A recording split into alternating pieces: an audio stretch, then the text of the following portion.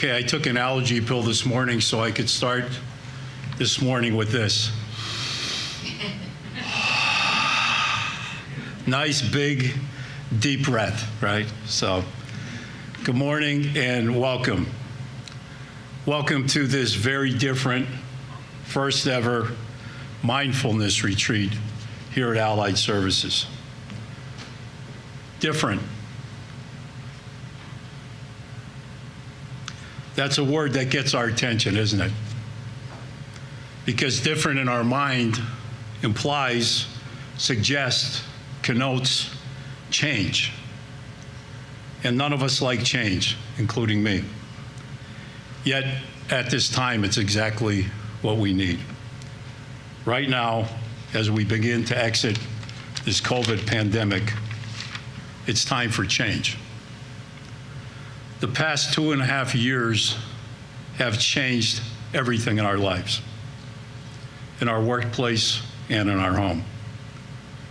The pandemic has caused isolation and fear, anxiety, stress, and depression. Again, both in our homes and our workplace. The very way we communicate with each other, what we're doing right now, looking at each other, looking into each other's eyes. Handshakes, hugs became taboo, prohibited, almost repulsive. Masks hid our emotions, and social distancing became the norm. It's not how we're meant to interact as human beings. In fact, at the last minute, we had to change this very format. We had intended to gather with a much bigger crowd, but we reevaluated that because of the pandemic. So thus the timing for this different retreat. We believe it's time to reconnect, to reinvest, and to recharge each other. This retreat is not about financial statements. It's not about strategic planning. Yet we believe if you buy into what we're going to do, it can help with both of those. It will. This retreat is about you and me, our coworkers, our families, our patients, our residents, our clients, and our community. It's about everyone and everything that's important in our life. It's about working to restore a sense of calm and peace and getting joy back into our lives. So back to where I started with the words different and change. Join us on this journey. It's a chance for change. This format's going to require a minimum amount of time. Every journey begins with the first step. So I thank you for being here today. Today's the first step. Now let's roll, and namaste. Thank you. So I'm going to be speaking with you today about building connections within our own minds, brains, body, mind, heart systems, connections within organizations and among each other, how we can do this through the practice of mindfulness, and how when we do that, we build resilience. We build resilience within our own systems and within our organizations, teams, and groups. What is it? What is resilience? You surely all know a lot about it already. You wouldn't be here if you didn't already know a lot about it. I mean, none of us can practice in healthcare, in any of the jobs that you do, if you didn't already know a lot about it. But this is a more formal definition of what it is. What does it mean? It's a capacity to meet challenges as they arise. It's about adaptation and flexibility to changing circumstances. It's about our ability to return to equilibrium quickly after a stressful experience. And this can mean literally our bodily capacity to return to equilibrium. I mean, you probably are all familiar with the experience of, when you feel anxious or frightened about something, you can notice the bodily changes that occur. And how does it feel when your body starts to feel back to normal? How quickly does that occur? Does it take just a matter of minutes? or does it take hours? That is an experience of resilience. How quickly can we do that for ourselves? Most importantly, for the purposes of our conversation today, I want to point out that resilience is learnable and growable. We can learn how to do this even better. We can grow our capacity for resilience. And while you all know about resilience and you all have a great capacity for it already, we can grow our capacity further, and we need to continue to do this, particularly as our challenges grow, as they have certainly done in the pandemic. And why should we build resilience is probably obvious. Why should we? Well, we want to be thinking about it because resilience is very connected to well-being. It's a fundamental part of well-being. And well-being arises from integration within ourselves and within systems. Qualities of systems that are integrated are listed here. So a system that's well integrated possesses these qualities. They are flexible, adaptive, coherent, energized, and stable. And we can think of a system as, ourselves as a system, our brains, our minds, but also, again, your organization and your system. And if you remember the definition I gave you of resilience earlier, you'll see there's a very significant overlap here. Flexibility, adaptability, stability. There's a very significant overlap.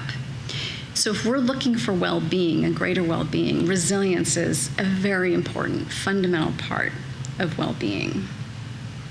So what is mindfulness? We're talking a lot about that today. So I wanted to give you two definitions. One that is, I think, one of the best ones that's out there in the literature, developed by Jon Kabat-Zinn years ago. He's one of the fathers of mindfulness research in Western medicine.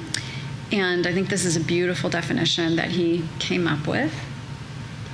The awareness that arises from paying attention on purpose in the present moment and non-judgmentally. Then here's another more recent one. In a mindful state of consciousness, attention and awareness are directed to the external environment as well as the internal responses to it in the present moment and with minimal interference. So there are subtle differences here, but I think a couple of important differences. One of them, in the second one, it draws attention to, you can pay attention to the external environment and your internal responses to it. And what this does is it cultivates a state within us of being in a receptive frame of mind. And being in a receptive frame of mind allows us to be curious and open, accepting and loving. And when we are in a state of being curious and open, we are much better able to learn, to problem solve, to be creative, and to work better with others. So ultimately, our goal is to more often be in a receptive state of mind. We are much more effective and functional and capable of doing our jobs to the best of our ability when we are in a receptive state of mind. Mindfulness is about building connections. So building connections within our brains and minds, in our body, hearts, and minds. This promotes integration within our own systems, integrations in our groups and larger systems. That integration promotes resilience, enhances our connection to ourselves. That in turn supports connections to others, and that further builds our resilience. I think you're going to find that you're able to work on doing all of this in the program that's been designed for you and that will be taught to you by our lovely teachers and also by the team leads that they'll be working with.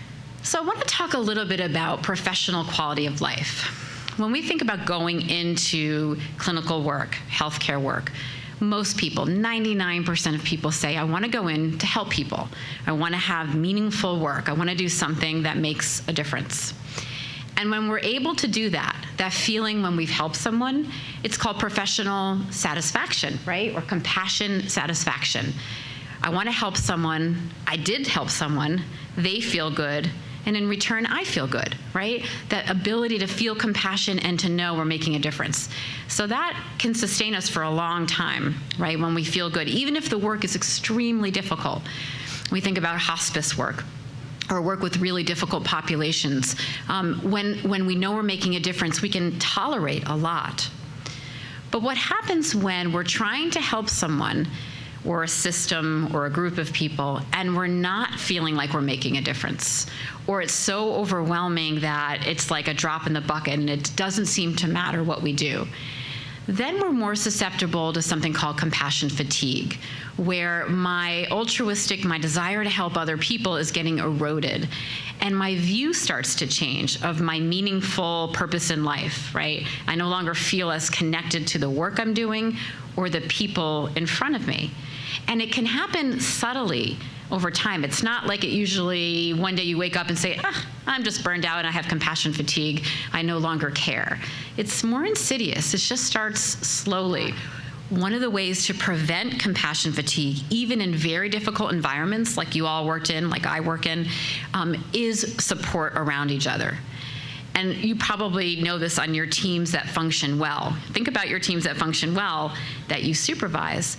These teams tend to have a sense of camaraderie, like we're all in this together. I've worked in inpatient teams with the most violent, aggressive patients, like the most difficult. But if the team functioned well, we did fine. There wasn't compassion fatigue. Like we were able to use humor and all sorts of things, but we knew everyone had each other's backs. We can get stuck in feeling like we're in our own little bubble. And when we do that, it can feel hard to get out of that, right? And we also see someone else as completely not related to us. Like, oh, they have it all together, or they're resilient and I'm not resilient. When we realize the common humanity of like, oh, we're all struggling. Everybody is struggling. There's something that can be validating about that as well. Self-compassion has been linked to feeling better in the body, so physically and emotionally.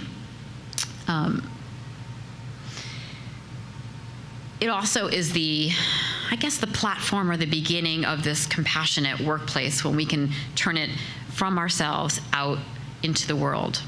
And so self-compassion can be that foundation. I want to say one other piece that just brought up something that sometimes when we bring compassion in for people that haven't had a lot of self-compassion, it can create something called backdraft, which means we can actually have like a negative reaction. So when we're kind to ourselves or we're mindful, sometimes we don't like what we see or it was too vulnerable. So you might notice that in staff too. You might notice people might be irritable or they might have a little bit of a reaction. And we're getting into sometimes emotional territory. I mean, you never know where people are coming from or what they might be struggling with. So just, if someone has a strong reaction, it may be because this is the first time in a long time they've softened and given themselves some kindness, and that can feel a little scary or a little foreign in the beginning.